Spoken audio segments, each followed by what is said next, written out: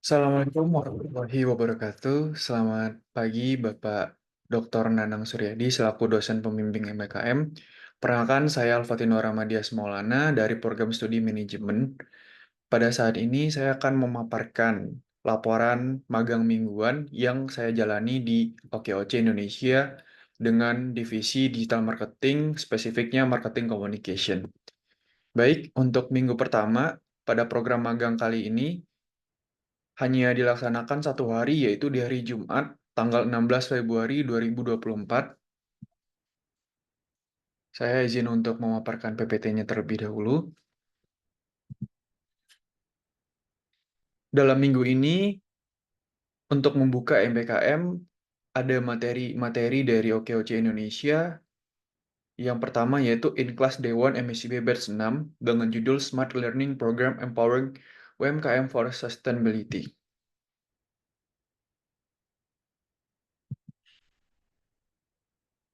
Nah, dalam In-Class Day 1 MSIB Batch 6 kali ini, saya belajar banyak, terutama terkait pengembangan UMKM, dan yang dapat saya pelajari yaitu pemahaman terkait internal perusahaan secara menyeluruh, sebagaimana yang diketahui bersama bahwasannya OKOC Indonesia merupakan program pengembangan UMKM. Nah, pada kali ini saya diberitahu bagaimana struktur perusahaan, mulai dari founder, direktur, eksekutif, dan divisi-divisi untuk membangun OKOC itu sendiri. Dan selanjutnya saya juga memahami tujuan dari perusahaan. Terus saya juga mengetahui ruang lingkup dari perusahaan OKOC sendiri, dan selanjutnya saya memahami tujuan pembelajaran dan posisi-posisi magang yang dijelaskan dalam hari tersebut, dan durasi magang yang dimulai dari bulan Februari hingga bulan Juni, dan saya juga mengetahui framework dan timeline keseluruhan dari rangkaian MSIB Batch 6 di OKOC Indonesia.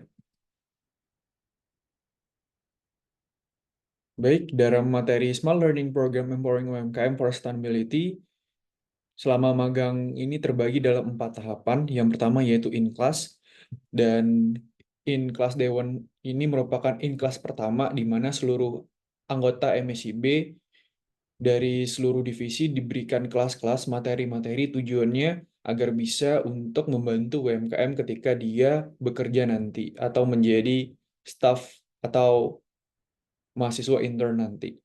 Nah, selanjutnya setelah mahasiswa diberikan in-class, baru masuk dalam on-job learning. Di sini mahasiswa dikumpulkan untuk belajar bagaimana pekerjaan secara menyeluruh. Contohnya saya yang berada di divisi digital marketing dan tergabung dalam tim marketing communication inti. Nah, di sana saya diberitahu bagaimana tugas-tugasnya, bagaimana to-do list yang akan dilakukan, dan target yang akan dicapai. Selanjutnya, setelah semua mahasiswa diberikan pengetahuan, baik dalam OKOC itu sendiri maupun spesifik dalam job desk-nya, masuk ke dalam role in action. Nah, di sini kita diberitahu bagaimana caranya untuk menyikapi di lapangan nanti. Dan saya bercerita terkait program saya nanti yang tergabung dalam marketing communication. Di sana saya akan lebih spesifik bagaimana caranya untuk meningkatkan brand awareness dari OKOC Indonesia. Nah, setelah itu semua selesai, di program akhir magang MSIB OKOC Indonesia, ada national event. Di rangkaian akhir ini akan ada event yang bertaraf nasional, dan diharapkan seluruh mahasiswa magang OKOC Indonesia berkumpul untuk melaksanakan national event tersebut. Untuk materinya sendiri, pada in-class Dewan ini akan coba saya tampilkan terlebih dahulu.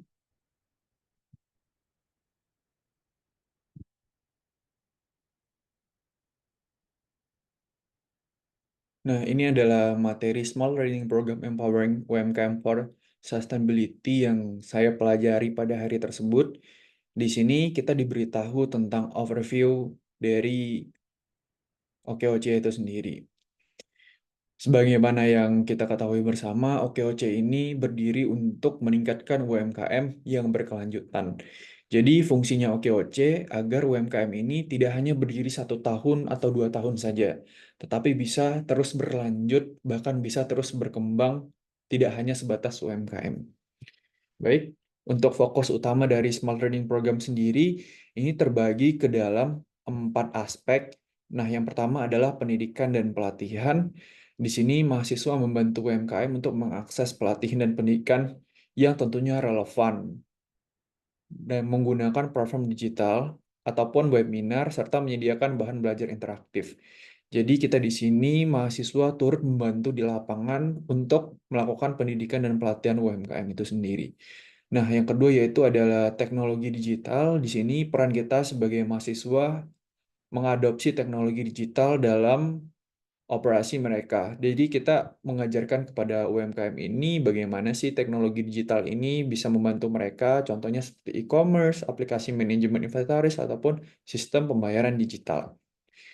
Nah, selanjutnya itu kita melakukan yang namanya pemberdayaan komunitas. Tujuannya di sini kita sebagai mahasiswa mengorganisir forum online, grup diskusi, dan pertemuan lokal untuk UMKM agar dapat berbagi pengalaman dan pengetahuan. Nah, di sini juga kita bisa sharing-sharing antara mahasiswa dan UMKM dan bertukar pikiran baik dari UMKM maupun dari mahasiswa.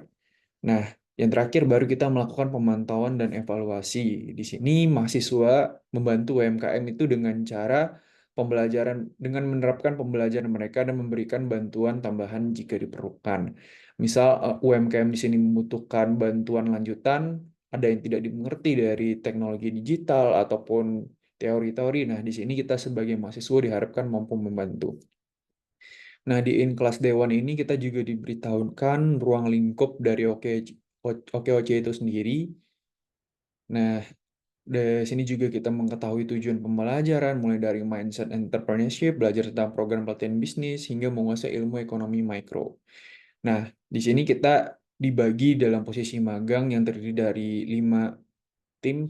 Masing-masing tim itu beranggotakan 20 orang, mulai dari strategic management, digital marketing, financial, website, dan business system specialist. Nah, saya sendiri itu tergabung ke dalam digital marketing. Nah, untuk struktur organisasinya sendiri, di sini ada founder, ada pengurus harian, ada direktorat, dan ada banyak direktorat di sini, mulai dari hukum, kerjasama, humas dan promosi, pemasaran digital, dan posisi magang saya ada di Direktorat Humas dan Promosi. Ini untuk program framework yang saya jelaskan tadi, ada in-class, ada on-job learning, ada role in action, dan national event.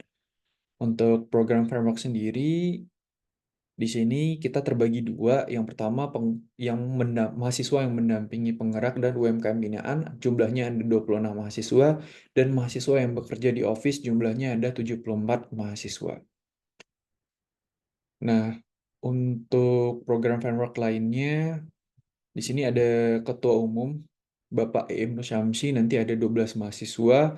Jadi di sini kita juga dijelaskan masing-masing mentor, masing-masing anggota dari struktur organisasi itu memiliki staf magang sendiri.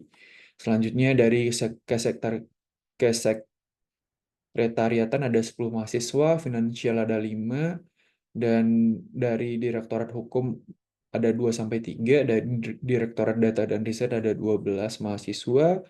Nah, di sini ada Direktorat Kerjasama Swasta ada 6, Kerjasama Pendidikan ada 2, Kerjasama Pemerintah juga ada 2, dan Kerjasama Penggerak juga ada 3, dan Program ada 4. Nah, ini adalah Direktorat Humas dan Promosi, ada 10 mahasiswa. Untuk Marketing Communication ada 5 mahasiswa, OKOC News ada 3 mahasiswa, dan LMS Website System ada 2 mahasiswa. Dan untuk Direktorat Pemasaran Digital ada 3 mahasiswa. Di sini untuk dedicated mentornya itu, mentor akan melakukan pendampingan dengan durasi itu minimal 4 jam per hari, dengan pembagian waktu 3 jam pendampingan, mentoring, dan diskusi. Nah, 1 jamnya itu untuk mereview atau memberikan penilaian harian pada laporan kegiatan mahasiswa. Jadi kita di OKOC ini juga diminta untuk membuat laporan mingguan. Nah, nanti mentor akan menilai bagaimana pekerjaan kita, apakah telah sesuai dengan job, ataupun merevisi, ataupun mengasih saran untuk kegiatan-kegiatan kita selanjutnya. Nah, di sini juga ada dedicated mentor, terus juga dijelaskan fasilitasnya apa saja, dan ini timeline-nya. Ini untuk timeline kita yang mulai dari bulan Februari berakhirnya di bulan Juni. Baik, mungkin kembali ke PPT. Jadi itu dia materi yang saya dapatkan pada in-class Day One yang diberikan oleh OKOC Indonesia. Nah, berikut adalah dokumentasi kegiatan saya yang sempat mengikuti in-class Day One pada waktu tersebut. Jadi ketika saya mengikuti in-class Day One ini, saya belajar banyak terkait struktur OKOC Indonesia itu sendiri. Dengan adanya in-class Day One ini, saya jadi mengetahui bagaimana visi misi dari OKOC Indonesia dan juga menjelaskan secara detail setiap divisi ataupun setiap anggota dalam divisi itu tugasnya apa saja dalam lingkup kerja nanti. Dengan adanya in-class Day One ini, saya jadi mengetahui lebih spesifik terkait to-do list saya dan juga saya lebih terarah dalam pekerjaan. Nah, itu dia laporan mingguan saya untuk minggu pertama di OKOC Indonesia dalam melaksanakan in-class Day One. Wabillahi taufiq wal hidayah. Wassalamualaikum warahmatullahi wabarakatuh. Selamat siang, Bapak, Ibu, dan teman-teman semua.